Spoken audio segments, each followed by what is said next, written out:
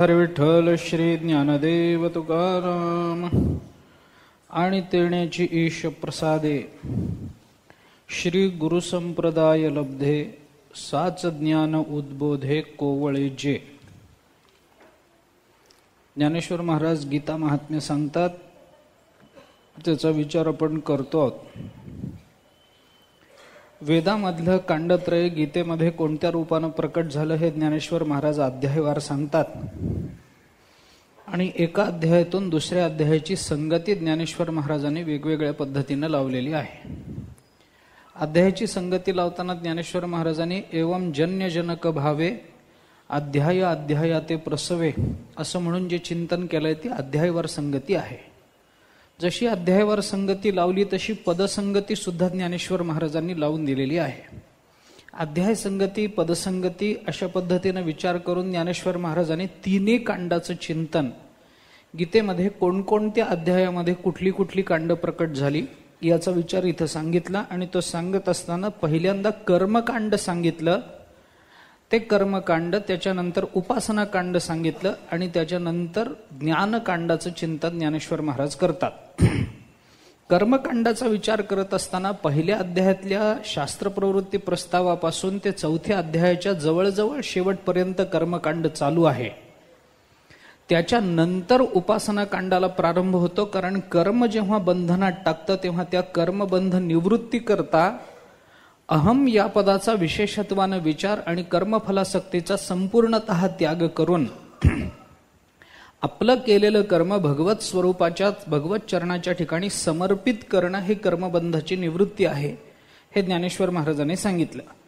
आता आपली कर्म भगवंताच्या चरणी समर्पित करण्यापासूनच उपासना कांडाचा प्रारंभ ज्ञानेश्वर महाराज सांगतात. कुठून उपासना कांड मानायचं? कर्माचं समर्पण, इथून उपासना कांड मांडायचं. कर्माच्या संबंधातला मी कळणं, कर्माच्या संबंधातल्या फलाच्या आसक्तीचा त्याग होणं, हे सगळं कर्मकांडातच आहे. ते ज्ञानकांडात येत नाही, उपासना कांडात येत नाही. पण जेव्हा कर्माच्या फलाचं समर्पण सुरू होतं त्यावेळेला मात्र उपासना सुरू होते. कारण उपासना ही समर्पणातच असते, उपासना ही नुसत्या जाणीवेत नसते. देवाची पूजा करत असताना देवाच्या जाणीवेत देवाची पूजा होत नाही. देवाला फुल समर्पण करणं ही पूजा होते, देवाला जल समर्पण करणं ही पूजा होते, देवाला नैवेद्य वस्त्र वगैरे समर्पण करण्यात पूजा होते. नुसतं देवाला अमका फुल आवडलं म्हणून पूजा झाली असं होत नाही. देवाला अमका पदार्थ आवडतो, देवाला हे आवडतं, देव असा आहे, परमात्मा सर्वत्र व्यापक आहे, सर्वत्र भरून आहे, ही देवाची पूजा नाही. पूजा करायची असेल, उपासना करायची असेल तर त्याच्याकरता काही समर्पणाचा विषय सांगितला. आणि हे समर्पण सांगत असताना सुद्धा ज्ञानेश्वर महाराजांनी कर्माचं जे समर्पण सांगितलं त्याच्यामध्ये त्या कर्म समर्पणातून त्या परमात्म्याला संतुष्ट करणं हा हेतू असला पाहिजे याचा विचार आपल्याला सांगितला. म्हणून कर्मकांडामध्ये 3 गोष्टी पाहिल्या गेल्या. कर्माची अगतिकता एक बघितली गेली, कर्मबंधाचं स्वरूप बघितलं गेलं आणि कर्मबंध निवृत्तीचा उपाय पाहिला गेला. आणि याच्यातून उपासना कांडाला प्रारंभ झाला. तिथं कर्माचं समर्पण हे पहिल्यांदा बघा. कर्म सगळं समर्पित झालं पाहिजे, कर्म समर्पित झालं पाहिजे, कर्मसंबंधानं निर्माण होणारं सगळं समर्पित झालं पाहिजे. भगवंतांच्या चरणी सगळी कर्म समर्पित झाली, उपासना सुरू झाली आणि तेण्याची ईश प्रसादे गुरु संप्रदाय लब्धे. उपासना कांड ज्ञानेश्वर महाराजांनी सांगितलं ते 4थ्या अध्यायाच्या शेवटापासून ते 11वा अध्याय संपेपर्यंत. याच्यामध्ये कुणाच्या चरणी आपल्याला कर्म समर्पण करायचं आहे? जो आपल्या कर्माचा प्रेरक आहे त्याच्याच ठिकाणी करायचं आहे. काय समर्पण करायचं आहे? कर्म समर्पण करायचं आहे, कारण त्याच्याच अधिष्ठानावर हे कर्म झालेलं आहे. समर्पणाच्या बाबतीमध्ये विचार करत असताना आपण जे समर्पित करतो ते माझं आहे आणि मी तुला देतो या भावनेत समर्पण करून चालत नाही. याच्याकरता म्हणून माझं या जगतामध्ये काहीही नाही हे कळलं पाहिजे. याच्याकरता 11व्या अध्यायामध्ये विश्वरूप दर्शन योग आला. एखाद्या झाडाचं फूल मी तोडतो आणि परमात्म्याला समर्पण करतो आणि माझी पूजा झाली असा मी म्हणतो. हे फूल देवाला समर्पण करताना हे फूल माझं आहे का हा प्रश्न आहे. मागेही आपण बोललो होतो, देवाला ज्या वेळेला आपण दुधाचा अभिषेक करतो त्या वेळेला दूध आणतो, सगळं झालं आणि मग म्हणतो आज मी देवाला दुधाचा अभिषेक केला. दूध कुणाचं? दूध गायीचं. आणि समर्पण करणाऱ्या माझा काय संबंध आहे त्या दुधाचा? दूध आहे गायीचं, त्याच्यावर हक्क आहे वासराचा, जबरदस्तीनं काढून घेतो मी आणि मी देवाला दिलं असं म्हणून त्याचं पुण्य संपादन करतो. देवाला दिली जाणारी कोणतीही गोष्ट माझी नसते. देवाला दिलं जाणारं फूल माझं नाही, ते झाडाचं आहे. देवाला दिलं जाणारं वस्त्र हे मी निर्माण केलं नाही. वस्त्र निर्माण करणारा कोष्टी कोणीतरी वेगळाच आहे, वस्त्र विणणारा.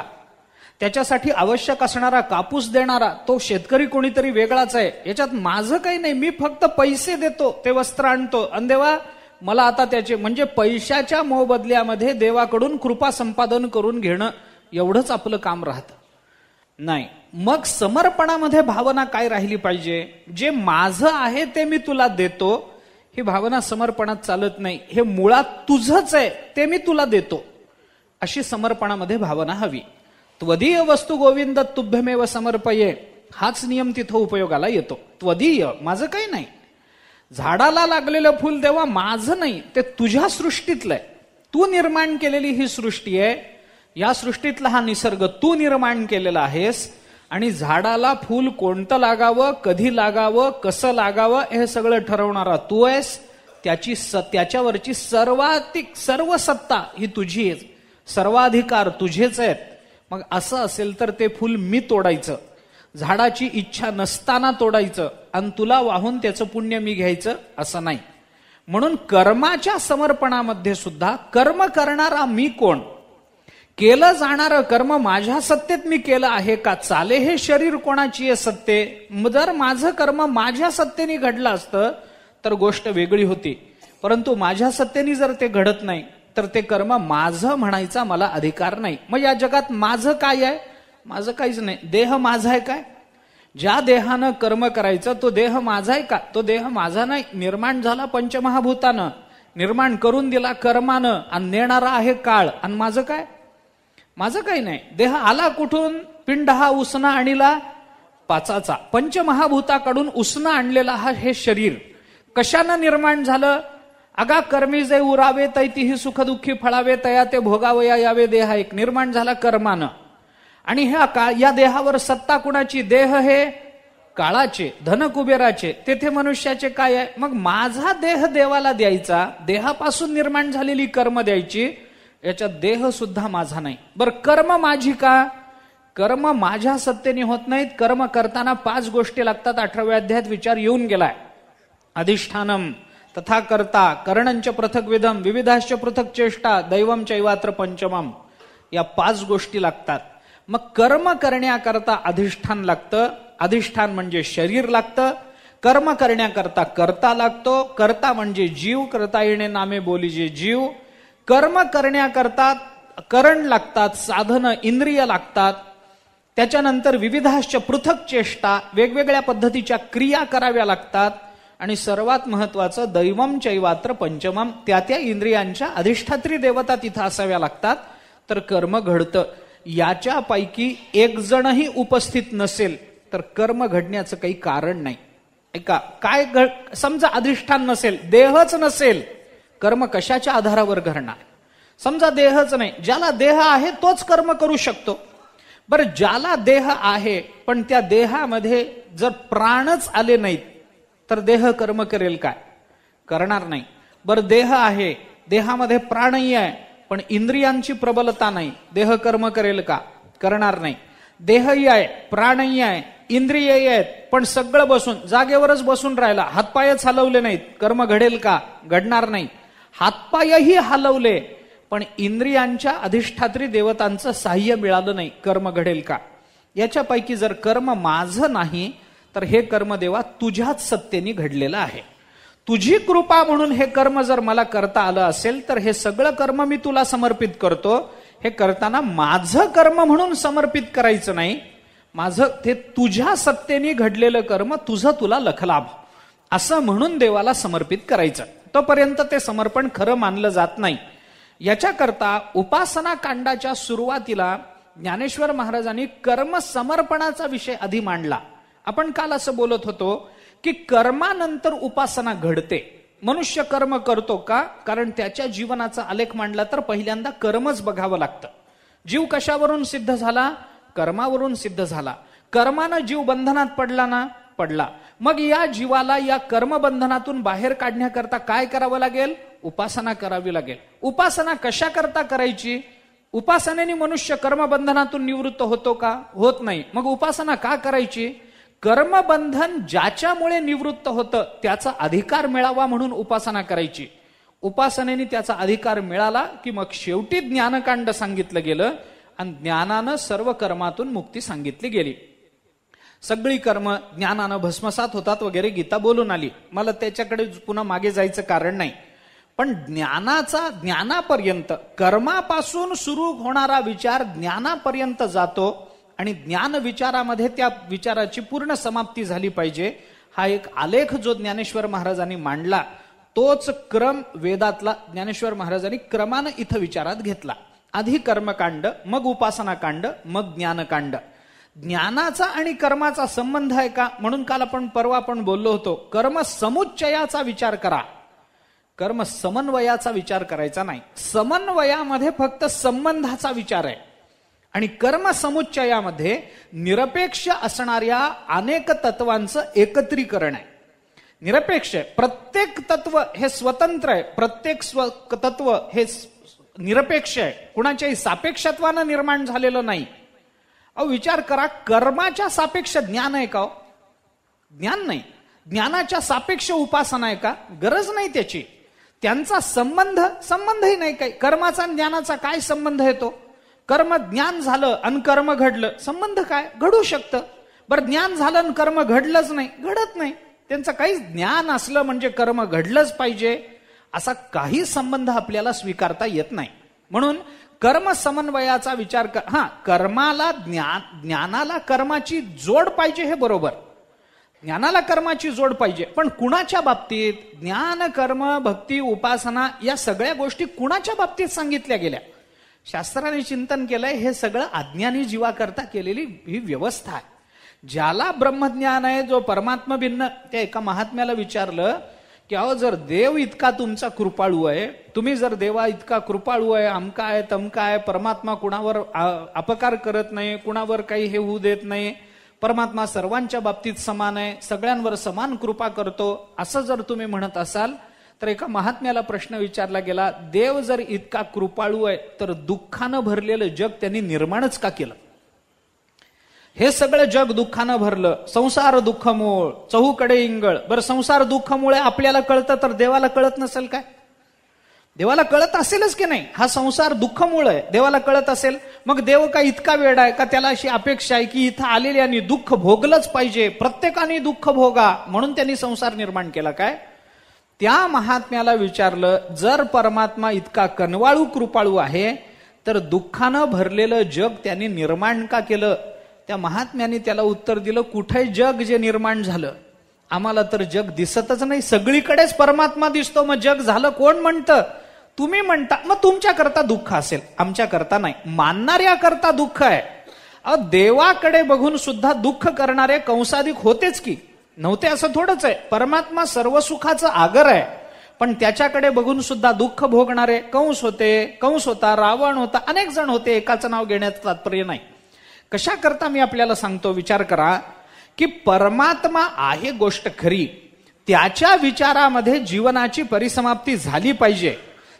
तो विचार जीवनामध्ये निर्माण होण्याकरता कर्माचं चिंतन केलं पाहिजे, कर्मबंधनातून मुक्त होण्याकरता ज्ञानाचा विचार केला पाहिजे. याचा अर्थ कर्माचा ज्ञानाचा समन्वय मानला पाहिजे असं नाही. कर्माचा ज्ञानाचा समन्वय मानला तरच हे घडतं असं मानायचं काही कारण नाही.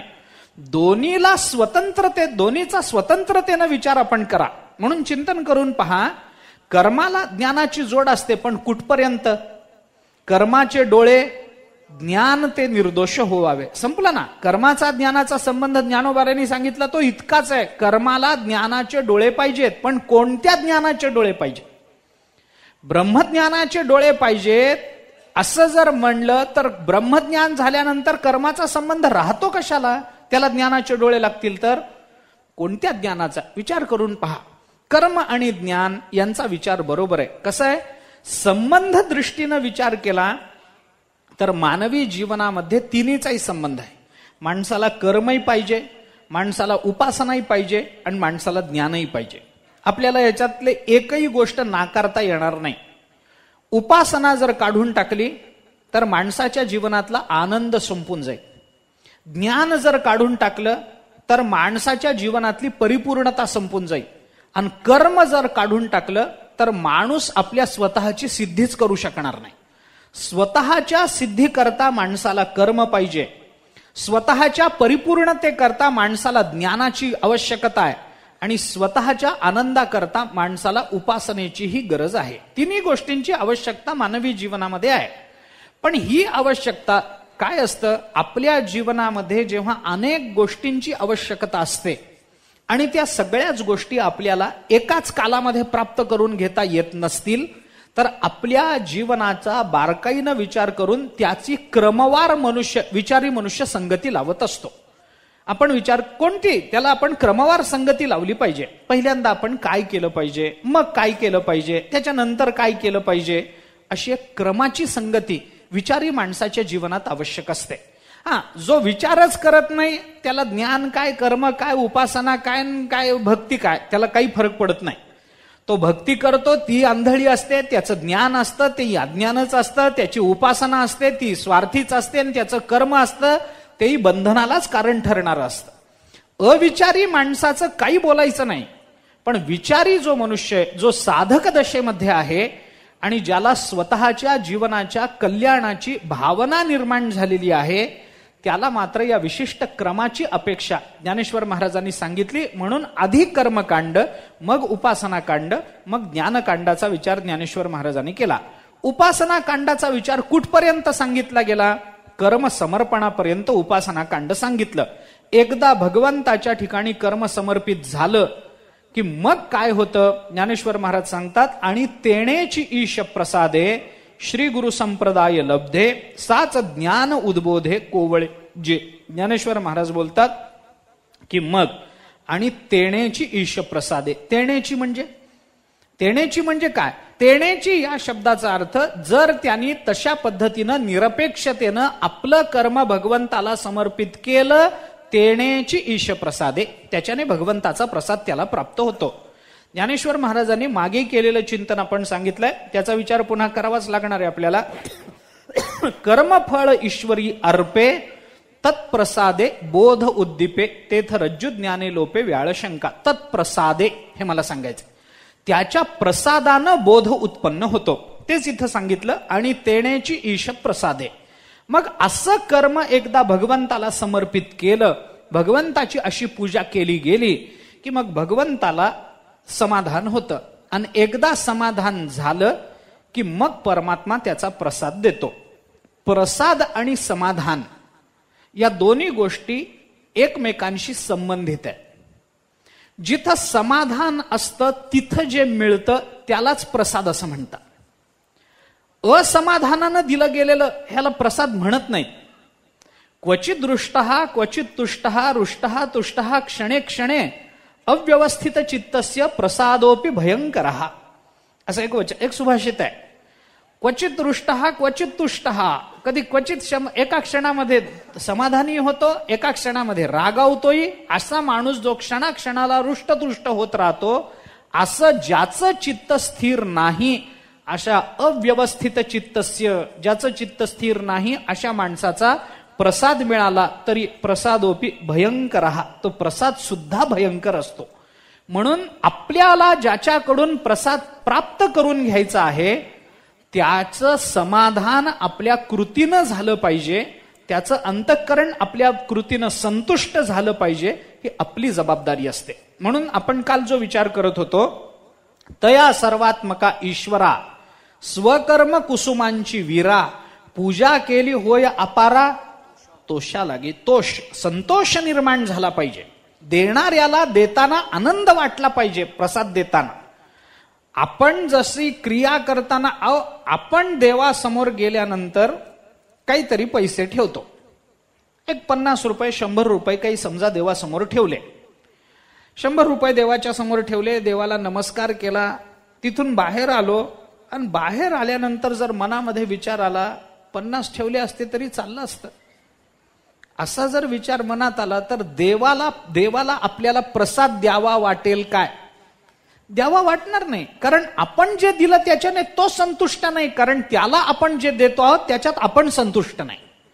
म्हणून प्रसाद आणि समर्पण या दोघांचा कार्यकारण भाव आहे हे मला सांगायचं. प्रसाद आणि समर्पण याच्यामध्ये काही कार्यकारण भाव माना. प्रसाद देताना आम्ही समर्पण ज्या भावनेने करतो तसाच प्रसाद आपल्याला प्राप्त होतो. म्हणून थोडंसं वेगळ्या शब्दात बोलायचं झालं तर समर्पणावरची प्रतिक्रिया म्हणजे प्रसाद असतो. प्रसाद म्हणजे काय?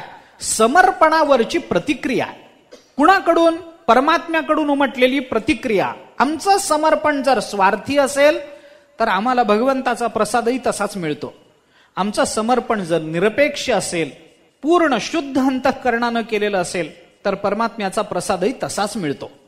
म्हणजे आमच्या समर्पणाच्या प्रतिसादातून आम्हाला प्रसाद जर मिळत असेल, त्याच्यावरची प्रतिक्रिया म्हणून जर प्रसाद मिळत असेल तर आम्हाला मिळालेला प्रसाद जर काही आम्हाला चुकीचा वाटत असेल तर त्याचं सरळ कारण हे आमचं समर्पण चुकीचं आहे. हा त्याचा सरळ अर्थ आहे. देवावर दोष ठेवायचा नाही कधी. दोष नेहमी आपल्याकडे असतो. देवावर कधीही दोष जात नाही. परमात्मा कधीही चुकत नाही. परमात्म्याने असं का केलं? कारण तू तसं केलंस म्हणून. म्हणून ज्ञानेश्वर महाराजांनी किती बारकाईचं चिंतन केलं. आपण पसायदान पहा. आपण पसायदानामध्ये ज्ञानेश्वर महाराज आपल्या सद्गुरूंकडे काही दान मागतात. त्याला आपण पसाय दान म्हणतो. पसाय शब्दाचा अर्थ प्रसाद असाच आहे. प्रसाद दान म्हणतो आपण त्याला, पसाय दान म्हणतो. आता सांगा, हे पसायदान मागताना ज्ञानेश्वर बाकीचं सोडून द्या, पहिलीच ओवी पसायदानाची मला महत्वाची वाटते. तेवढंच चिंतन करा, पुढे जायचं काही कारण नाही. आता विश्वात्मके देवे येणे वाग्यज्ञे तोषावे, आणि मला कसं द्यावे? तोषोनी मज द्यावे पसाय दान. हे मला देताना तुम्ही संतुष्ट असलं पाहिजे हे ज्ञानेश्वर महाराज बोलून दाखवतात. तोषोनी द्यावे, मला असंतोषानं तुम्ही द्यावे असं मी म्हणत नाही. म्हणून माझा जो वाग्यज्ञ आहे त्या वाग्यज्ञाने तुम्ही संतुष्ट व्हा. आता म्हणून जे चिंतन ज्ञानेश्वर महाराजांनी केलं, जिथून सुरू केलं, आता विश्वात्मके देवे येणे वाग्यज्ञे, आम्ही यज्ञ केलाय. यज्ञ म्हणजे काय? समर्पण आहे. यज्ञ म्हणजे काय? क्रिया आहे. या क्रियेचं समर्पण या वाग्यज्ञामध्ये मी केलेलं आहे. त्याच्याने तुम्ही संतुष्ट व्हा. का? कारण तुम्ही संतुष्ट होऊ शकाल असाच वाग्यज्ञ मी केलाय. माझ्या वाग्यज्ञामध्ये दोष नाही. माझ्या वाग्यज्ञामध्ये स्वार्थ नाही. माझ्या वाग्यज्ञामध्ये कुठं माझा हा वाग्यज्ञ जगतामध्ये प्रसिद्ध व्हावा अशी आम्हाला एषणा नाही, लोकेशणा नाही. या वाग्यज्ञातून मला काही अर्थसंपत्ती मिळवायची नाही. या वाग्यज्ञातून मला माझी प्रसिद्धी व्हावी असं वाटत नाही. मागे आपण एकदा बोललो होतो या संबंधामध्ये. काव्याची प्रयोजनं सांगत असताना मम्मटाने काव्यप्रकाशामध्ये जी प्रयोजनं सांगितली, होऊन गेला विचार त्याचा आत्ताच, जी प्रयोजनं सांगितली त्याच्यात संत प्रयोजनं कोणती आणि कवी प्रयोजनं कोणती याचा विचार मम्मटानेच केलाय. वेगळ्यांनी करायचं कारण नाही. काव्यम यशसे अर्थकृते व्यवहारविदे शिवेतरक्षतये सद्य परनिर्वृत्तये कांता संमित तयोपदेश युजे.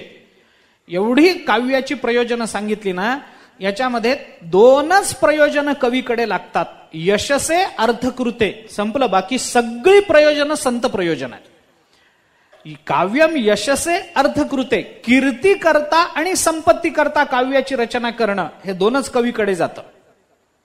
बाकी उरलेली 4ही लक्षणं आपण पहा. अर्थकृते व्यवहार विदे, संत महात्मे व्यवहार सांगतात. शिवेतरक्षतये कांता सद्य परनिर्वृत्तये कांता संमित तयोपदेश युजे, उपदेशापर्यंत ही सगळी जी प्रयोजन आहेत ही सगळी संत प्रयोजन आहेत. कीर्ती आणि अर्थात ज्ञानेश्वर महाराजांना काय कीर्ती संपादन करून घ्यायची होती म्हणून त्यांनी ज्ञानेश्वरीची रचना केली? काय नाही. ज्ञानेश्वर महाराजांना कोणती संपत्ती मिळवायची होती म्हणून त्यांनी ज्ञानेश्वरीची रचना केली? की बाबा ही ज्ञानेश्वरी आपण रचावी, ही छापावी, याचे कॉपीराईट आपल्याकडे ठेवावेत आणि मग आपण याला काही विक्रीचं मूल्य लावून या किती पैसे वाढवले तरी लोक घेतील, कारण लोकांना गीता कळत नाही म्हणून भारंभार पैसे लावून ज्ञानेश्वरी विकली. नाही ना, ज्ञानेश्वर महाराज कीर्तनाला जाताना आपली पुस्तकं गाडीत ठेवून गेले नाहीत ना. माझी ज्ञानेश्वरी विकत घ्या म्हणायला गेले नाहीत ना कुणाकडे. ज्ञानेश्वर महाराजांना कोणत्याही अर्थाची अपेक्षा नव्हती, त्यांना कोणत्याही कीर्तीची अपेक्षा असती ना तर ज्ञानेश्वर महाराजांनी पावला पावलाला, म्हणून मी सांगतो तुम्हाला, मी ज्ञानेश्वर महाराज तुम्हाला सांगतो, माझ्यासारखं सांगणारं कुणी नाही असं म्हणून बोलले असते. किंबहुना तुमचे केले धर्म कीर्तन हे सिद्धी नेले, यथ माझे जी उरले पाईक पण, याच्यानं केलेला शेवट आणि एरवी तरी मी मूर्खू, जरी जाहला अविवेकू तरी संत कृपादीपकू सोजवळू असे, याच्यानं केलेला प्रारंभ, या प्रारंभापासून ते शेवटापर्यंत ज्ञानेश्वर महाराजांना कीर्तीची अपेक्षा आहे असं वाटतं काय? नाही. मग उरलेली 4 प्रयोजनं आपल्याला ज्ञानेश्वरीमध्ये मांडता येतात. मी कशा करता बोलतो आपण लक्षात घ्या. माझा वाग्यज्ञ याच्यामध्ये कोणतीही स्वार्थी प्रवृत्ती नसल्यामुळे हा निवृत्तीनाथ महाराजांना आवडणारा ग्रंथ होईल म्हणून तोषावे, म्हणून तुम्ही संतुष्ट व्हा, कारण माझ्या वाग्यज्ञामध्ये दोष नाही. आणि तोषोनी मग मला द्या. काय द्या? हे पसायदान तुम्ही द्या. खळांची व्यंकटी सांडो, तया सत्कर्मी रती वाढो वगैरे वगैरे जे काही आहे ते दृष्टादृष्ट विजय होवावेजी इथपर्यंतच जे आहे ते सगळं तुम्ही मला द्या, पण तोषोनी द्या, असंतुष्टतेनं देऊ नका. कारण माझा वाग्यज्ञ मी तुम्हाला समर्पित केलाय. यथ माझे जी उरले पाईकपण, माझं पाईकपणच राहिलंय, हे सगळं तुमचं आहे, तुमच्या कृपेचे पोसणे असं झालेलं आहे.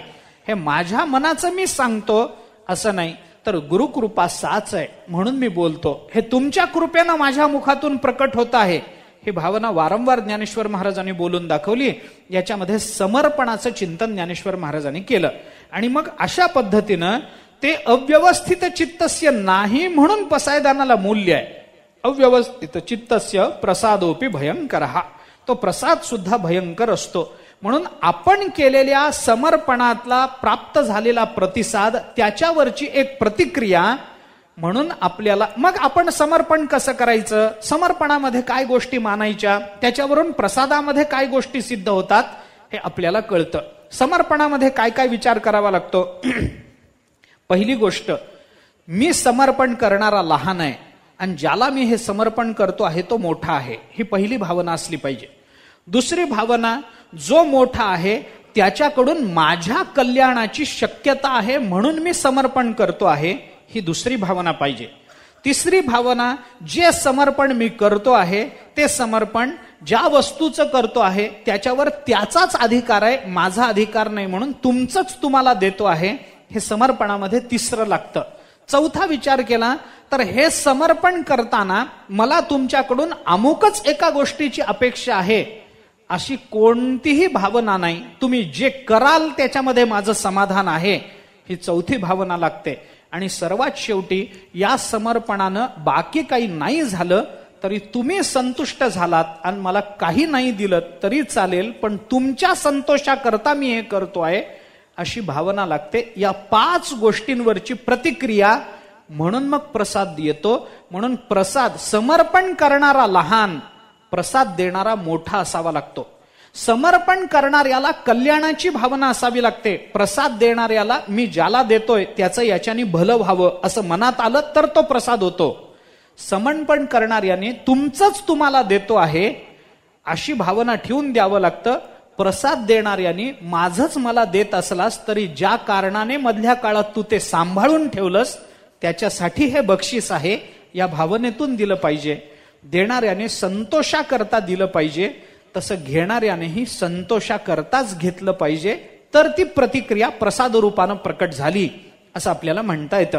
म्हणून ज्ञानेश्वर महाराज म्हणतात, असं समर्पण झालं की मग तेणेची ईश प्रसादे, त्याच्याने तो परमात्मा संतुष्ट होतो आणि काय करतो, आपल्याला प्रसाद देतो. प्रसाद देतो म्हणजे परमात्मा काय देतो याचा विचार आपण करू. आणि कशाने आपल्याला हे प्राप्त होईल, ज्ञानोबाराय सांगतात, श्री गुरु संप्रदाय लब्धे. आता गुरु संप्रदायाचा याच्यात उपासनेत काय संबंध आला, त्याचं चिंतन एवढंच आहे की उपासना कांडातून आता आपण ज्ञानकांडाकडे निघालेलो. ज्ञानाचा विचार करताना ज्ञान आपल्याला जे प्राप्त होतं ते केवळ ईश कृपेनं प्राप्त होत नसतं. त्याच्याकरता गुरु संप्रदायाची आवश्यकता असते. जोपर्यंत गुरु नाही तोपर्यंत ज्ञान नाही. आपण चिंतन करून पहा. देव तेथे ज्ञान, ज्ञानी आत्मदर्शन, दर्शनी समाधान अथी जैसे. बरोबर आहे. गुरु तेथ ज्ञान, गुरुकडेच. देवाजवळ ज्ञान नाही. मग देवाजवळ ज्ञान नाही का? आहे ना, देवही ज्ञानरूपच आहे. मग देव तेथे ज्ञान का नाही म्हटलं? त्याचं कारण असं आहे, देवालाही ज्ञान द्यायचं झालं तरी गुरुरूपातच यावं लागतं, तर तो ज्ञान देऊ शकतो. देव असताना तो ज्ञान देऊ शकत नाही. म्हणून ज्ञानेश्वर महाराजांनी अर्जुनाची जी भूमिका भगवत संबंधानं बोलून दाखवली, त्याच्यामध्ये अर्जुन पहिल्यांदा काय म्हणतो? तू गुरु, बंधू, पिता, तूच आमुची इष्टदेवता, तूची सदा रक्षिता, आपदी आमुते. याच्यात पहिल्यांदा अर्जुन म्हणतो, देवा तू गुरु आहेस म्हणून मी तुला विचारतो. तू आमचा देव आहेस म्हणून मी तुला विचारतो? नाही, तू गुरु आहेस. कारण ज्ञान देण्याकरता गुरु कृपा आणि भगवत कृपा याच्यामध्ये भगवत कृपेची आवश्यकता आहे, पण गुरु कृपेबरोबर गुरु संप्रदायाची आवश्यकता असते. त्याचं कारण असं आहे. थोडी ज्ञानाची चिकित्सा जर आपण केली तर आपल्याला हे लक्षात येईल. ज्ञान जे आहे ते एकानंतर एक विशिष्ट अधिकार्यात विशिष्ट काही कार्यकारण भाव संबंध लावूनच जपलं जाऊ शकतं. माझ्या नंतर येणाऱ्या माणसाकडे, पुढच्या पिढीमध्ये जे कोणी असेल ते, त्याच्याकडे ते ज्ञान सहजासहजी परिवर्तित होत नसतं. केवळ तो पुढच्या पिढीत आला म्हणून त्याच्या ठिकाणी ते ज्ञान प्रवृत्त झालं नाही. जो मागच्या पिढीचा आहे त्यांनी पुढच्या पिढीकडे हस्तांतरित करताना तो अधिकार बघून हस्तांतरित करावं लागतं, तर त्याला परंपरा म्हणतात. परंपरा ही काय आहे? केवळ तो त्याच्या पोटी आला म्हणून परंपरा नाही ना. ही परंपरा मानायला शास्त्र तयार नाही. परंपरा त्याला म्हणत नाहीत. तो एक संप्रदाय असावा लागतो. गुरु संप्रदाय लब्धे, तो गुरु संप्रदाय लागतो. त्याच्यानंतर तेच असंच व्हावं लागतं. आपण चिंतन करून पहा. नात्याचा संबंध विचारात घ्यायचा झाला तर आदिनाथाचा मत्स्येंद्रनाथाचा काय नाते संबंध आहे? काही संबंध नाही. मत्स्येंद्रनाथ आणि गोरक्षनाथ यांच्यामध्ये, गोरक्षनाथ काय मत्स्येंद्रनाथाचे चिरंजीव आहेत काय? नाथ संप्रदायात कुठं संसार केल्याचं कुणी वर्णन नाही काय मुलगा व्हायला? गोरक्षनाथांकडून गहिनीनाथांकडे परंपरा आली. गहिनीनाथ काय गोरक्षनाथांचे भाऊ आहेत काय? लहान भाऊ, मोठे भाऊ, मुलगा आहे म्हणा, पुतणे आहे म्हणा, हे आहे म्हणा, ते आहे म्हणा, असं काही सांगितलंय का? काही नाही. गहिनीनाथांकडून निवृत्तीनाथ महाराजांकडे गुरु परंपरा आली. एक निवृत्तीनाथ महाराज, गहिनीनाथ महाराजांचा काय नातेसंबंध आहे? काही नातेसंबंध नाही. त्याच्यात तो केवळ त्याच्या पोटी आला एवढं चालत नाही. त्याचा अधिकार बघून त्याला ते अधिकार तसे दिले गेले पाहिजेत, तर तो संप्रदाय निर्माण होतो. मला संप्रदायाची लक्षणं, गुरु संप्रदाय म्हणजे काय, तो संप्रदाय कसा सिद्ध होतो वगैरे आता काही बोलायचं नाही. फक्त मुद्दा एवढाच आहे की गुरु संप्रदायाची ज्ञानरक्षणामध्ये आवश्यकता असते. ज्ञानरक्षण आपण जीवनमुक्ताच्या बाबतीत मानतो ना. ज्ञानरक्षा, तप वगैरे, विसंवादाभाव वगैरे हे जीवनमुक्ताच्या बाबतीत मानतो ना. हे ज्ञानरक्षण करण्याची जबाबदारी जीवनमुक्तावर का आली? त्याचं एकच कारण आहे. जीवनमुक्त जो ज्या कारणाने, ज्या गुरुपासून बोध घेऊन तो जीवनमुक्त झाला, तो त्याचा गुरु सुद्धा याच्याकरता ज्ञान सांभाळून ठेवत होता म्हणून दुसरं काही कारण नाही. आपल्याला प्राप्त झालेलं ज्ञान योग्य अधिकाऱ्याकडे पुन्हा ते प्रवर्तित करून त्या अधिकाऱ्याकडे देऊन त्याच्याकडून पुन्हा जगताचा पुन्हा विचार करायला लावणं संप्रदायामध्ये विशिष्ट रीतीनंच केलं गेलं पाहिजे. म्हणून देवाची कृपा आणि गुरु संप्रदाय या दोन गोष्टी ज्ञानोबारांनी बोलून दाखवल्या. त्याच्यामध्ये ईश प्रसादे गुरु संप्रदाय लब्धे, असं गुरु परंपरेनं ते आलं. मग काय होतं? ज्ञानोबाराय म्हणतात, साच ज्ञान उद्बोधे कोवळे जे. हे ज्ञान कोवळं आहे असं साच ज्ञान उद्बुद्ध होतं. उद्बोधे या शब्दामध्ये आपल्याला विचार करता येतो. उद्बोधे म्हणजे त्याच्या ठिकाणी ज्ञान नव्यानं येत नाही, ज्ञान असतंच. गुरु संप्रदाय त्या ज्ञानावरचं अज्ञानाचं आवरण काढून टाकतो. उद्बोधे ते असतं तिथंच, फक्त ते उद्भूत होतं. उद्भूत झालं की मग ते कसं असतं? ज्ञानेश्वर महाराज म्हणतात ते कोवळं ज्ञान असतं. आता कोवळं ज्ञान असतं, ज्ञानामध्ये काय कोवळेपण, काय निबरपण, कसं काय मानायचं याचा संबंधानं थोडा विचार आहे. एक चिंतन फक्त मी आपल्याला सांगून जातो याच्या आधी. ईश प्रसादे गुरु संप्रदाय लब्धे हे सांगत असताना भगवत प्रसाद किंवा गुरुप्रसाद हा प्रसाद कोणता आहे, कोणत्या संबंधानं त्याचं चिंतन करायचं, हे ज्ञान कोवळं आहे म्हणून ज्ञानोबराय बोलतात. कोवळं ज्ञान कोणतं असतं, ज्ञानाचं कोवळेपण काय आहे. ब्रह्मज्ञान ब्रह्मज्ञान आहे. बीज लावलं त्याच्यातून अंकुर निर्माण झाला, तो अंकुर कोवळा आहे, बरोबर आहे. त्याला डीर म्हणतो आपण. अंकुर फुटला त्याला, ते डीर फुटले, त्यानंतर ते कोवळं असतं. त्याला नुसती टिचकी मारली तरी ते तुटून जातं. मग ते थोडं मोठं होतं तरी कोवळच आहे, तरी ते थोडं मोठं होतं तरी कोवळच आहे. जोपर्यंत आपण त्याला हाताने उपटून टाकतो कोवळच मानलं पाहिजे, तोपर्यंत कोवळच आहे, कोवळच आहे, कोवळच आहे. मग कोवळेपण कुठपर्यंत, झाडाचं कोवळेपण कुठपर्यंत मानाल तुम्ही. ज्ञान तसं काहीतरी अंकुर लावला, त्या बीज पेरलं, त्याच्यातून अंकुर निर्माण झाला, मग ते ज्ञान हळूहळू कोवळं होतं, मग त्या ज्ञानाला फांद्या फुटल्या, मग ते थोडं भक्कम झालं, त्याच्या पुढे ते ज्ञान वाढत गेलं, मग त्या फांद्या अजून जास्त विस्तारल्या, मग त्या ज्ञानाचा बुंधा तयार झाला, मग ज्ञान घट्ट झालं. असं काही ज्ञानाच्या बाबतीत बोलता येतं. अरे ब्रह्मज्ञान ब्रह्मज्ञान आहे. तत्वमसी महावाक्य सांगितलं, अज्ञानाचा पडदा गळून पडला, ब्रह्मज्ञान झालं झालं. त्याच्यात कोवळेपण काय आणि निबरपण काय असतं, काही नाही. एखादी भाजी आणायची, कोवळी भाजी आणा बरं का, हे सांगणं बरोबर आहे. तसं पंढरपूरला गेल्यानंतर थोडं निबर निबर ज्ञान चातुर्मासात गोळा करा, कोवळं कोवळं ज्ञानाचा काही उपयोग, असं कोणी सांगतं काय. निबर निबर ज्ञान बघा बरं का, जो निबर महाराज आहे त्याच्याकडेच जाऊन ज्ञान, असं काही असं काही सांगता येतं काय, असं काही नसतं. ज्ञानामध्ये कोवळेपण निबरपण हे काय प्रकरण आहे. पण ज्ञानोबराय म्हणतात हे ज्ञान कोवळं ज्ञान आहे. कोवळं ज्ञान म्हणजे काय, अजून दृढमूल न झालेलं ते ज्ञान आहे. म्हणजे तरी काय, कोवळ्या ज्ञानाचा संबंध कशाशी लावायचा, मी थोडं चिंतन करतो, पटतं का बघा. इथं कोवळं ज्ञान म्हणून जे गुरुसंप्रदाय लब्ध आणि ईश प्रसाद म्हणून सांगितला, ते कशाचा परिणाम म्हणून सांगितला, तेण्याची म्हणजे काय, कर्माच्या समर्पणाचा परिणाम म्हणून सांगितला. थोडी संगती लावून घ्या. कर्म समर्पणातून प्राप्त होणाऱ्या प्रसादाचं जे चिंतन ज्ञानेश्वर महाराजांनी याच अध्यायात केलंय, 18व्या अध्यायामध्ये, ते आपल्याला 2 श्लोकामध्ये स्पष्टपणानं दिसतं. पहिल्यांदा ज्ञानेश्वर महाराज भगवान असं बोलतात, स्वे स्वे कर्मण्यभिरतः संसिद्धिम लभते नरहा स्वकर्म निरत सिद्धिम यथा विंदती तच्छृणुः. ते मी तुला सांगतो ऐक. त्या याच्याने कसं त्या सिद्धीतून पुढे मोक्ष कसा प्राप्त होतो ते मी तुला सांगतो ऐक.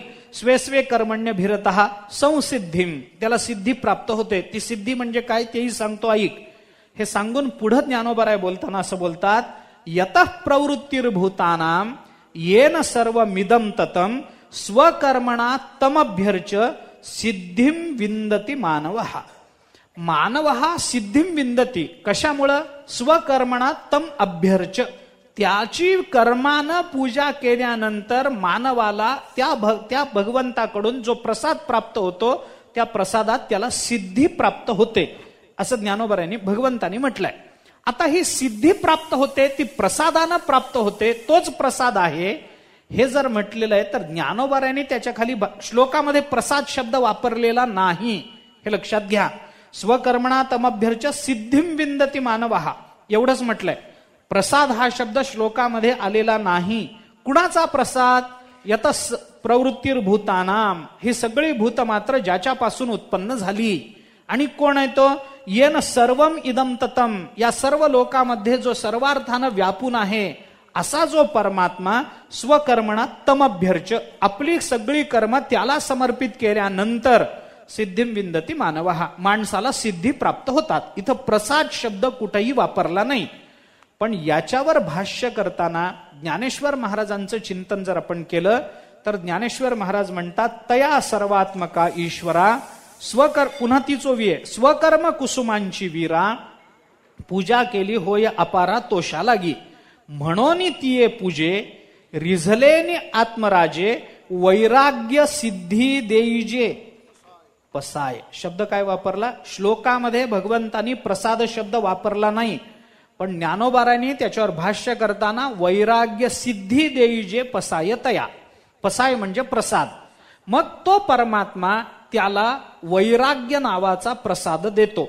आता इथं कोवळं ज्ञान आणि प्रसाद याचा संबंध जेव्हा जोडला जातो तेव्हा कोवळं ज्ञान म्हणजे दुसरं तिसरं काही नसून वैराग्य हेच कोवळं ज्ञान असतं.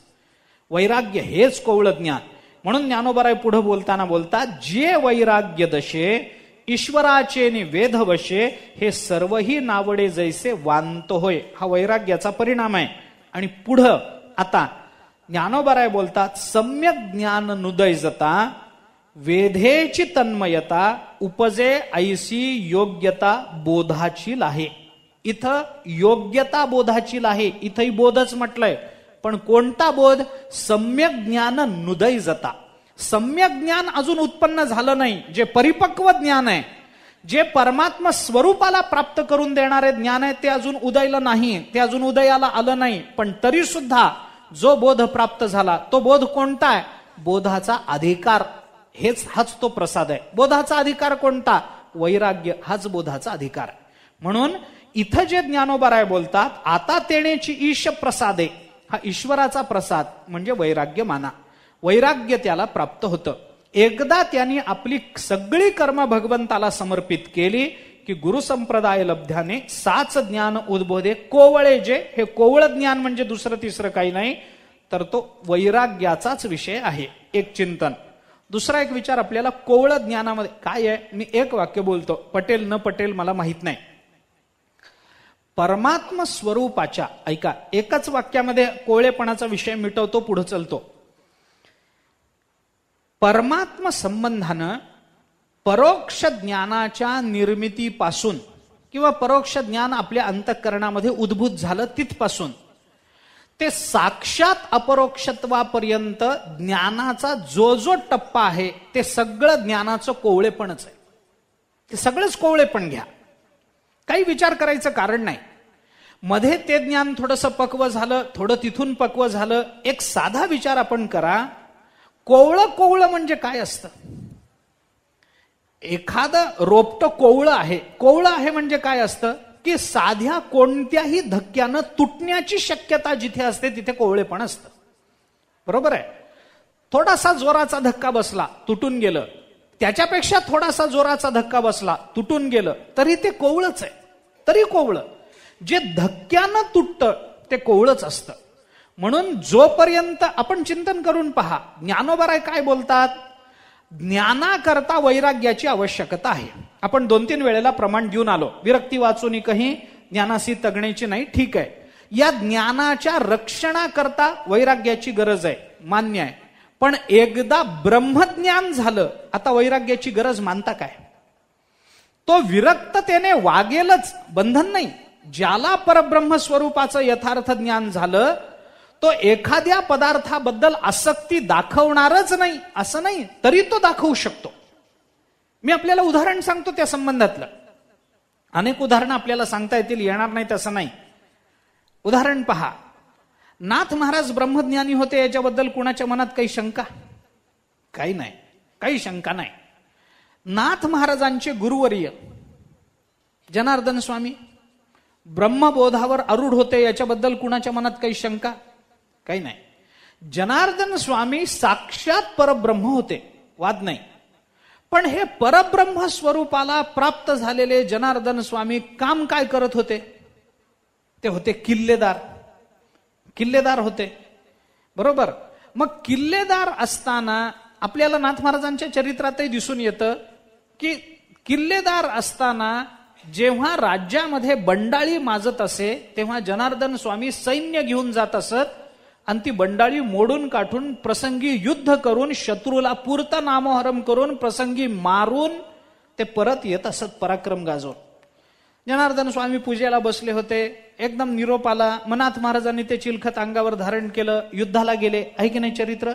नाथ महाराज युद्धाला गेले. मला सांगा, ब्रह्मज्ञान झालेल्या महात्म्याला समोरच्या शत्रूचा बिमोड करायचं काही कारण आहे काय? ब्रह्मज्ञान झालंय, त्याला शत्रू कोण असणार आहे सांगा ना. आपलं राज्य आपण झाकून, आपण सांभाळून ठेवलं पाहिजे. कशा करता? त्याला ब्रह्मज्ञानानंतरही काही राजांच्या बाबतीत राज्याबद्दलची जी आसक्ती दिसून येते ती आसक्ती काय? वैराग्याचं प्रतीक आहे काय? आसक्ती आणि वैराग्य एकत्र दिसतं काय? दिसत नाही. ब्रह्मज्ञानानंतर त्याच्या ठिकाणी ते वैराग्य निर्माण होईलच सांगता येत नाही. ते वैराग्य त्याच्या ठिकाणी दिसून येईलच सांगता येत नाही. वैराग्य निर्माण होण्याची त्यावेळेला गरज नसते. ज्ञानाच्या पूर्वी वशीकार वैराग्य निर्माण झालं, ब्रह्मबोध झाला, वैराग्याचा आणि त्याचा संबंध संपून गेला. ब्रह्मज्ञानानंतर तो किरकोळ गोष्टींकरता जरी भांडला तरी सुद्धा ते योग्य आहे. ते काही चुकीचं आहे असं नाही, ते योग्य आहे. किरकोळ गोष्टी करता भांडला, सामान्य गोष्टी करता भांडला. नाथ महाराज एका अधेली करता रात्रभर जागले. संताचं लक्षण आहे काय? एका अधेली करता रात्रभर जागावं. अरे काय त्या अधेलीची किंमत, काय त्या पैशाची किंमत? संत महात्म्यांना काय पैशाबद्दल एवढा मोह निर्माण व्हावा काय की त्यांनी एवढं जागावं त्याच्याकरता, रात्रभर आपला वेळ खर्च करावा एका पैशा करता? पण नाथ महाराज जागताना दिसले की नाही? मग काय त्यांच्या ठिकाणी वैराग्य नाही असं म्हणता काय? नाही. वैराग्याचा ब्रह्मज्ञानाचा संबंध कुठपर्यंत आहे? वैराग्य ज्ञान रक्षणाकरता लागतं. कोणत्या ज्ञान रक्षणाकरता? ब्रह्मबोध होईपर्यंत. म्हणून मी उलटा विचार आपल्याला सांगतो. ज्या ज्ञानाच्या रक्षणाकरता वैराग्याचं चिंतन करावं लागतं ते ज्ञान कोवळच माना. ज्या ज्ञानाच्या रक्षणाकरता विवेकाचं चिंतन करावं लागतं ते ज्ञान कोवळच माना. ज्या ज्ञानाच्या रक्षणाकरता समाधी षटक संपत्ती लागते ते ज्ञान कोवळच माना. ज्या ज्ञानाच्या रक्षणाकरता श्रवण लागतं ते कोवळच ज्ञान आहे. ज्या ज्ञानाच्या रक्षणाकरता अजून पुढे बोलतो तत्वम पदार्थ शोधन लागतं तेही कोवळच आहे. ते काही गाढ प्रगाढ ज्ञान नाही, तेही कोवळच ज्ञान आहे. ही सगळीच कोवळी ज्ञान आहेत. म्हणून भगवंताच्या प्रसादानं आणि गुरु संप्रदाय लब्धाने जे काही कोवळ ज्ञान निर्माण होतं ते कुठपर्यंत? अपरोक्ष साक्षात्कारापर्यंत ज्ञान ते कोवळच ज्ञान आहे. जोपर्यंत साक्षात अपरोक्ष ज्ञान होत नाही तोपर्यंत आपण त्या ज्ञानाला दृढ म्हणता येणार नाही. ते सगळं अपरोक्ष असलं तरी ते कोवळच आहे. त्याच्यामध्ये नाजूकपणा आहेच आहे. का? वैराग्य सोडलं तर ते ज्ञान निघून जाण्याची शक्यता आहे, टिचकीनं पडण्याची शक्यता आहे. म्हणून क्वचित वैराग्याने, क्वचित विवेक निघून गेला, विवेक राहिला नाही, एखाद्या वेळेला गेलं ज्ञान, पुन्हा पहिल्यापासून सुरू करा. मग असं जर होत असेल तर त्या ज्ञानाला आपल्याला दृढ ज्ञान मानता येणार नाही, ते कोवळच मानावं लागेल. पटेल न पटेल बघा विचार करून. थोडा बारकाईचा मुद्दा आहे, ज्ञानाचा मुद्दा आहे, थोडा बारकाईचा मुद्दा आहे. ज्ञानोबारायांनी कोवळं सांगितलं, या कोवळे शब्दावर म्हणून मी आपल्याला हे सगळं सांगतो. कोवळं ज्ञान तिथं निर्माण होतं. मग आता ते जर ज्ञान कोवळं असेल तर त्याला दृढ ज्ञान करायचं कसं? मग ज्ञानोबाराय सांगतात ते अद्वेष्टादी प्रभृदिकी अथवा अमानित्वादिकी वाढविजे म्हणून लेखी 12वा गणू. मग 12व्या अध्यायामध्ये अद्वेष्टा सर्वभूतानां मैत्र करुणैवच निर्ममो निरहंकारा समदुःख सुख क्षमी संतुष्ट सततम योगी वगैरे जी सगळी लक्षणं सांगितली ती लक्षणं आपल्या ठिकाणी मानवून घेण्यामध्ये कुठपर्यंत? अमानित्वम अदंबित्वम तिथपर्यंत, ते 13व्या अध्यायातल्या सगळ्या चिंतनापर्यंत हे सगळ्या गुणांचं चिंतन सांगितलं गेलं. कशा करता? आपल्या ठिकाणी निर्माण झालेलं हे जे कोवळं ज्ञान आहे ते कोवळं ज्ञान दृढ व्हावं याच्याकरता म्हणून आपल्याला या गुणांचा विचार सांगितला गेला. मनुष्याने संतुष्ट असावं किंवा मनुष्याने अद्वेषी असावं. अद्वेष्टापासून सुरू झालं. अद्वेष्टा कशासाठी सांगितलं? हे भगवंताला आवडणारे भक्त म्हणून सांगितलं. काय संबंध भगवंताला आवडणाऱ्या भक्ताचा? अद्वेष्टा सांगणं हे भगवंताला आवडणं आहे की न आवडणं आहे याची संगती लावू नका. 12व्या अध्यायामध्ये सांगितलेली भक्त लक्षणं 11व्या अध्यायाच्या शेवटी कर्मसमर्पणातून जे कोवळं ज्ञान निर्माण होतं त्या ज्ञानाच्या दृढीकरणाकरता म्हणून लावा. कारण हे गुण करतात काय? ज्ञानोबारायांनी पुढे 16व्या अध्यायाचं चिंतन सांगताना जे सांगितलंय तेच हे गुण करतात. मी आपल्याला अजून थोडं सोपं करतो. आपण बी पेरलं, त्याला अंकुर फुटला, अंकुर फुटल्यानंतर ते थोडं कोवळं रोपटं वाढलं. वाढल्यानंतर मग आपण काय करतो? ते अजून वाढावं म्हणून त्याची काळजी घेतो. त्याला पाणी घालतो योग्य वेळेला, त्याला खत घालतो, त्याला अजून काय करायचं ते करतो. पण बाकी काही अडचणी असतातच की नाही? काय अडचणी असू शकतात? बाबा एखादी शेळी येते, त्याला तोंड घालते, पानं खाऊन टाकते. एखादी म्हैस येते, तिला तर कोवळी पानं खाणं वगैरे काही नाही, बुडा सकटच सगळं खाऊन निघून जाते. म्हैसच आहे शेवटी ती म्हैस येते. नाही, पोरं येतात खेळत खेळत, कोवळी कोवळी पानं बघून उपटून टाकतात ते रोपटं. नाही, अजून कोणीतरी येतं, देवाला वाहायला पत्री पाहिजे म्हणून ती कोवळी पानं खुडून बायका घेऊन जातात बऱ्याच वेळेला. आता हे सगळं असं चालत असेल तर ते झाड टिकणार नाही. याच्याकरता मग काय करावं लागतं? त्याच्या भोवती एक काट्याचं कुंपण करावं लागतं. हे कुंपण कशा करता केलंय हो? हे कुंपण कशा करता केलं? ते निर्माण झालेलं जे रोपटं आहे, वर आलेलं जे रोपटं आहे, जे अजून कोवळं आहे, ते जोपर्यंत पूर्ण वाढत नाही तोपर्यंत हे कुंपण काट्याचं आपल्याला ठेवलंच पाहिजे. तसंच जोपर्यंत साक्षात अपरोक्षत्वानं ते ज्ञान स्वरूपाला नेत नाही तोपर्यंत अद्वेष्टा सर्वभूतानाम वगैरे वगैरे या गुणांचं कुंपण या सगळ्या ज्ञानाच्या भोवती आपण लावलं पाहिजे. कारण नाहीतरी अविद्येची म्हैस येते आणि अख्खं रोपटच घेऊन जाते. नाहीतर विकल्पाची एखादी शेळी येते, पानं खुडून तोडून घेऊन जाते. नाहीतर कोणीतरी आणखीन एखादा प्रमाण दोष, प्रमेय दोष, प्रमातृदोषासारखे कोणीतरी लहान मुलं येतात. ती झाडं उगीर गंमत म्हणून झाड तोडून जातात. त्यांना मिळत काहीच नाही त्या मुलांना. परंतु रस्त्याच्या शेजारी कोवळं झाड असलं, आता ती लाजाळूची झाडं असतात पहा. लाजाळूचं झाड कसं असतं? त्याला स्पर्श झाला की मिटून घेतं, बरोबर? हे सगळ्यांना माहिती आहे की नाही? माहिती आहे. तरी लाजाळूचं झाड दिसलं की मुद्दा बघू कसं मिटतं. माहिती आहे ना तुला कसं मिटतं ते, तरी त्याला हात लावून बघायचं. कशा करता? गंमत वाटते. अरे पण तुझ्या गमतीपोटी त्या झाडाला किती कष्ट होतात. तुझी होते गंमत, पण त्या झाडाला किती कष्ट. माहिती आहे ना तुला, झाड आपली पानं मिटून घेतं, हे लाजाळूचं झाड आहे. मग पुन्हा त्याला असं मारायचं. म्हणजे कशाला? कसं मिटतं बघू बरं. आणि तू कसं रडतोस बघू बरं म्हणून तुला एखादं मारलं तर? मारल्याने मनुष्य रडतो हे माहिती आहे. मग आपल्याच पोराला घरी बघू बरं तू कसा रडतो म्हणून दोन थोबाडीत कोणी ठेवून देतो काय? नाही ठेवत. तसं या झाडाचं रक्षण करण्याकरता अनेक विकल्प मध्ये मध्ये येतात. कधी क्वचित प्रसंगी अहंकार येतो. कारण आम्ही ज्ञान साधना करतो म्हटल्यानंतर अहंकाराचं येणं तर पहिलं आहे. तया देहांकारू पहिला आडवावया आले, दोषवैरी जो धोपटिले तया माझी पहिले देहाहंकार. पहिला आडवा येतो अहंकार. अहंकार आला की ज्ञानाचा ते रोपट्याचा कोवळेपणा हा निघून जातो. ते पडून जातं. त्याच्या खालची माती भुसभुशीत होते. ते नीट राहत नाही. त्याच्या मुळ्यावर येतात. काही होऊ शकतं. हे होऊ नये याच्याकरता ज्ञानेश्वर महाराज सांगतात ते अद्वेष्टादी प्रभृदिकी अथवा अमानित्वादिकी वाढविजे म्हणून लेखी 12वा गणू. मग 12व्या अध्यायाला आम्ही तिथून प्रारंभ करतो. कशा करता? उपासनेनं ज्ञानाचा अधिकार सिद्ध झाला, वैराग्य निर्माण झालं, कोवळं ज्ञान निर्माण झालं. या ज्ञानाच्या रक्षणापासून रक्षणाकरता म्हणून 12व्या अध्यायाचा विचार समोर आला. मग तो 12वा अध्याय आदी आणि 15वा अवधी ज्ञान फळपाक सिद्धी निरूपणासी. मग 12व्या अध्यायाच्या आरंभापासून ते 15व्या अध्यायाच्या शेवटापर्यंत ज्ञान फळपाक सिद्धी म्हणजे काय झालं? ज्ञानाच्या फळाच्या परिपक्वतेची अवस्था 15व्या अध्यायाच्या शेवटी निर्माण झाली. परिपक्व अवस्था. अजूनही ते ज्ञान कोवळच आहे. 15व्या अध्यायाच्या शेवटापर्यंत गेलो आपण. 12वा ते 15वा हे 4 अध्याय. 12 ते 15 किती झाले? 12, 13, 14 आणि 15 हे 4 अध्याय हे ज्ञानकांडाचे मानले पाहिजेत. पहिल्या अध्यायापासून ते 4थ्या अध्यायाच्या अंतापर्यंत हे कर्मकांड आहे. 4थ्या अध्यायाच्या शेवटापासून ते 11व्या अध्यायाच्या शेवटापर्यंत हे 8 अध्याय हे उपासना कांड आहेत.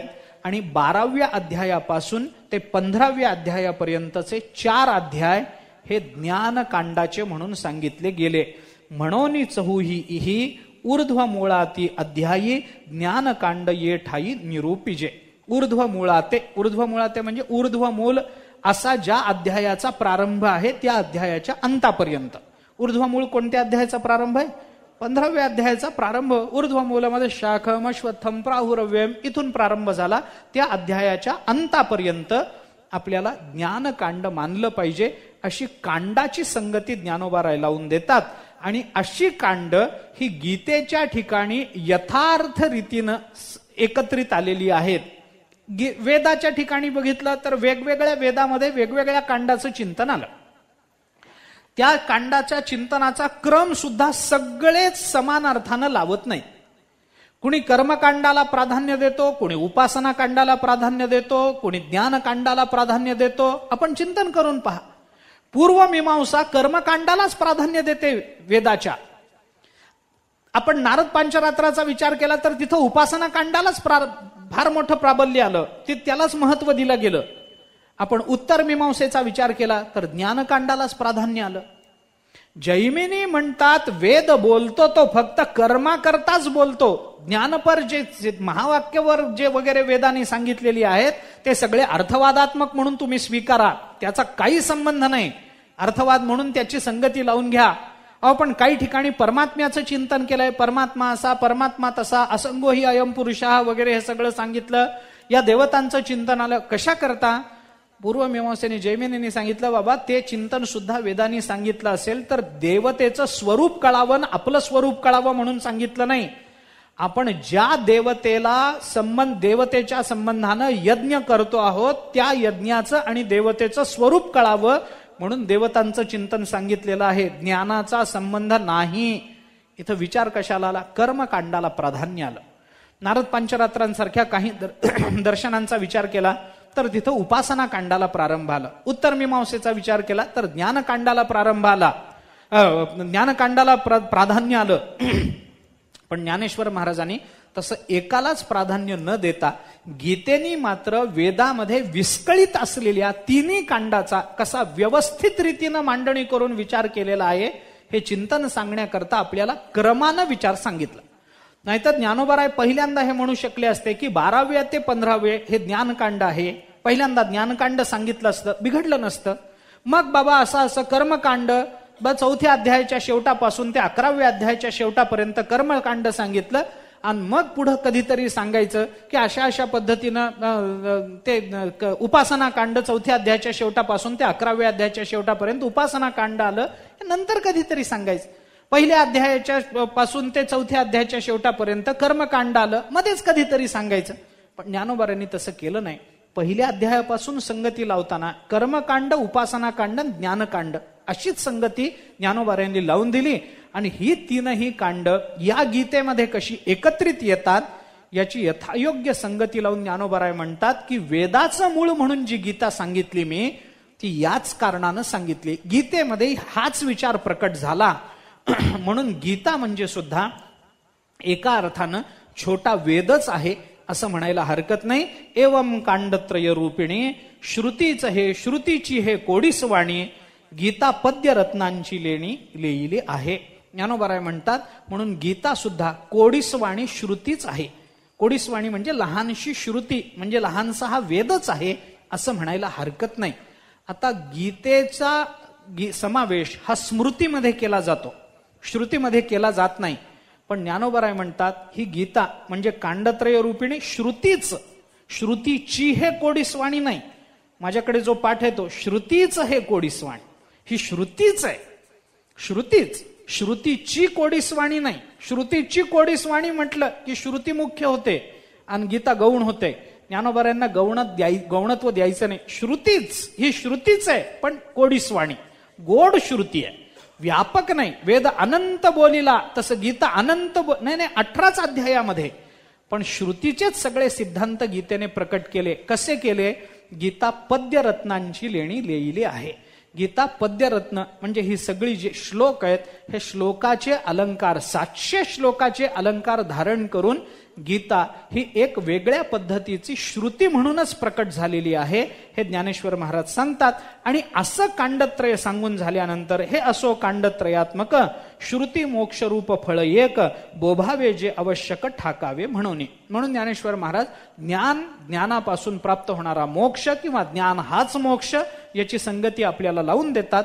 ती संगती कशी आहे? मग पुढे आता हे झाले 1 ते 15च अध्याय. गीतेमध्ये 15च अध्याय आहेत ना, असं आहेत होय जास्त. बर, पुढे 3 अध्याय राहतात, 16वा, 17वा आणि 18वा. मग या अध्यायांची संगती काय?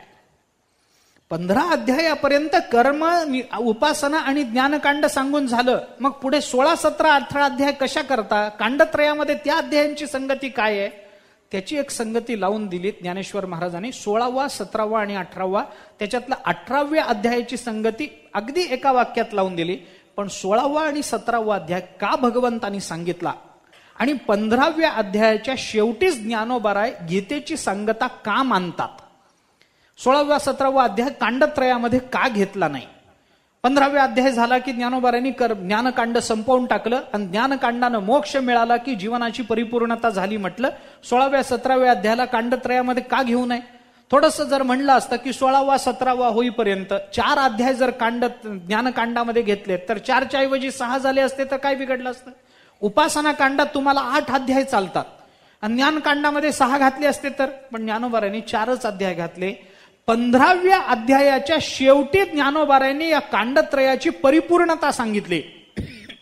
16वा आणि 17वा कांडत्रयामध्ये का घातला नाही आणि त्याची कोणत्या अर्थाने वेगळी संगती लावून दिली याचा विचार पुढे ज्ञानोबारायांनी सांगितला. तो विचार उद्याला पाहू. पुंडलिक वरदा हरी विठ्ठल. श्री ज्ञानदेव तुकाराम. विठ्ठला विठ्ठला विठ्ठला विठ्ठला विठ्ठला विठ्ठला विठ्ठल. पुंडलिक वरदा हरी विठ्ठल. श्री ज्ञानदेव तुकाराम. सद्गुरु महाराज की जय. सद्गुरु हरी महाराज की.